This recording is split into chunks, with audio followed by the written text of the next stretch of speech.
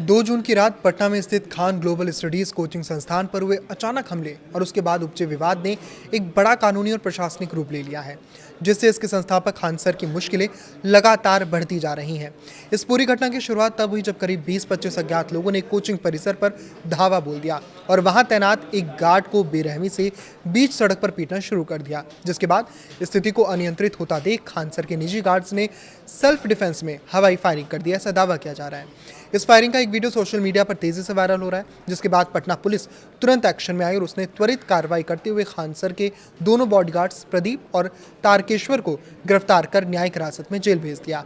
साथ ही उनके लाइसेंसी हथियार भी जब्त कर लिए हैं। पुलिसिया जांच और कार्रवाई यही नहीं रुकी। गिरफ्तार गार्ड्स ने पुलिस को दिए अपने बयान में कथित तौर पर यह दावा किया है कि खान सर ने ही उन्हें उकसाते हुए कहा था कि तुम गोली चलाओ, बाकी सब मैं देख लूंगा। इसी बयान को मुख्य आधार बनाते हुए पटना पुलिस ने खान सर के खिलाफ हत्या के प्रयास और आर्म्स एक्ट जैसी गंभीर धाराओं के साथ साथ बीएनएस की धारा 109 यानी कि अपराध के लिए उकसाने या साजिश रचने के तहत मुकदमा दर्ज कर लिया।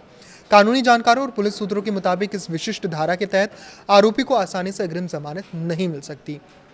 जिसने खान सर की कानूनी राह को बेहद पेचीदा और मुश्किल बना दिया है। इस गंभीर एफआईआर के दर्ज होने के बाद से ही खान सर पर गिरफ्तारी की तलवार लटकी रही है और आगे भी लटकने के आसार हैं। पुलिस का भारी दबाव उन पर साफ देखा जा रहा है। स्थिति की गंभीरता का अंदाजा इसी बात से लगाया जा सकता है कि पटना पुलिस की लगभग 5 गाड़ियां रात भर अलग अलग समय पर कोचिंग सेंटर के चक्कर काटती रहीं और सिविल कोर्ट परिसर में भी पुलिस बल उनकी संभावित गिरफ्तारी या आत्मसमर्पण की उम्मीद में मुस्तैद रहा। हालांकि इन तमाम प्रशासनिक हरकतों के बीच खान सर के वकील अधिवक्ता अरविंद कुमार महुआर ने एक बेहद अहम और बड़ा बयान जारी करते हुए ये पूरी तरह साफ कर दिया कि उनके मुवक्किल के अदालत या पुलिस के सामने सरेंडर करने का कोई सवाल ही पैदा नहीं होता, क्योंकि भारतीय कानून में उनके पास अग्रिम जमानत यानी एंटिसिपेटरी बेल मांगने का पूरा वैधानिक विकल्प सुरक्षित है। हालांकि शनिवार को सिविल कोर्ट की समय सीमा समाप्त हो जाने के कारण उनके वकील अग्रिम जमानत की याचिका या रेगुलर बेल की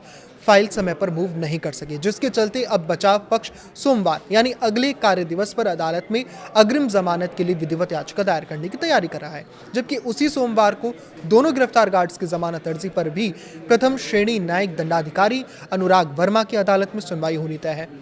वकील अरविंद कुमार महुआर ने पुलिस की एफआईआर पर कड़ा एतराज जताते हुए दलील दी है कि पुलिस ने अपनी मर्जी से मनगढ़ंत बातें दर्ज की, क्योंकि खान सर ने कभी भी किसी को गोली चलाने का कोई आदेश या भड़काऊ बयान नहीं दिया था और न ही इस पूरी हिंसक घटना या फायरिंग में उनकी कोई प्रत्यक्ष भूमिका साबित हुई है। इस पूरे हाई प्रोफाइल ड्रामे के बीच खान सर के समर्थन में उनके हजारों छात्र ढाल बनकर खड़े हो गए हैं। गिरफ्तारी के डर और पुलिस की पैनी नजर के बावजूद छात्र रात भर कोचिंग संस्थान के बाहर सड़कों पर डटे रहे और पुलिस द्वारा लाउड स्पीकर से बार बार घर लौट जाने की दी जा रही चेतावनियों और अपील के बावजूद भी छात्र मौके से नहीं हटे। इसके बावजूद जितने भी तमाम छात्र हैं वो सब खान सर के समर्थन में दिख रहे हैं। इसके अलावा जितनी भी चेतावनियां पुलिस की तरफ से दी जा रही है उन्हें भी नज़रअंदाज करते हुए शिक्षक के समर्थन में नारेबाजी करते रहे हैं। स्थानीय सूत्रों और छात्रों का दृढ़ता से मानना है कि खान सर बाहर न जाकर अभी भी अपने कोचिंग संस्थान के अंदर ही सुरक्षित मौजूद हैं। इस बीच खान सर का एक नया क्लासरूम वीडियो भी सामने आया है, जिसमें वो अपने छात्रों को सीसीटीवी फुटेज दिखाते हुए बेहद भावुक अंदाज में पूरे घटनाक्रम की सच्चाई समझा रहे हैं। उन्होंने विद्या की कसम खाकर कहा कि उस रात उनके स्टाफ पर जानलेवा हमला हुआ था और पुलिस को आने में स्वाभाविक रूप से समय लगना था, इसीलिए गार्ड्स ने केवल अपनी और संस्थान की जान बचाने के लिए कानूनी दायरे में रहते हुए आत्मरक्षा में हवाई फायरिंग की। खान सर ने सीधे तौर पर प्रशासन पर आरोप लगाया कि मुख्य हमलावरों जिन्होंने गार्ड्स को बेरहमी से पीटा था उन्हें अभी तक गिरफ्तार नहीं किया गया है और केवल उनके खिलाफ केस दर्ज करके असली मुद्दे से ध्यान भटकाने की कोशिश की जा रही है। उन्होंने भावुक होकर छात्रों से यह भी कहा कि उनका एकमात्र उद्देश्य शिक्षा का लोकतंत्रीकरण करना और गरीब बच्चों को न्यूनतम फीस में पढ़ाना है, न कि व्यावसायिक रूप से पैसा कमाना। और अगर साजिश के तहत उनके संस्थान खान ग्लोबल स्टडीज को बंद करने के लिए मजबूर किया गया तो आने वाले 6 महीनों के भीतर अन्य व्यावसायिक कोचिंग माफिया अपनी मनमानी शुरू कर देंगे और बच्चों की फीस को 1 लाख से 1.5 लाख रुपए तक बढ़ा देंगे, जिससे गरीब तबके के बच्चे शिक्षा से पूरी तरह महरूम हो जाएंगे। फिलहाल इस पूरे बेहद संवेदनशील और तनावपूर्ण मामले का भविष्य पूरी तरह से सोमवार को पटना सिविल कोर्ट में होने वाले अग्रिम जमानत की याचिका और उस पर अदालत द्वारा दिए जाने वाले कानूनी फैसले पर ही निर्भर करता है। तो इस पर आपकी क्या राय है हमें कमेंट करके जरूर बताएं। लाइक करें, शेयर करें और इसी तरह जुड़े रहें। नमस्कार।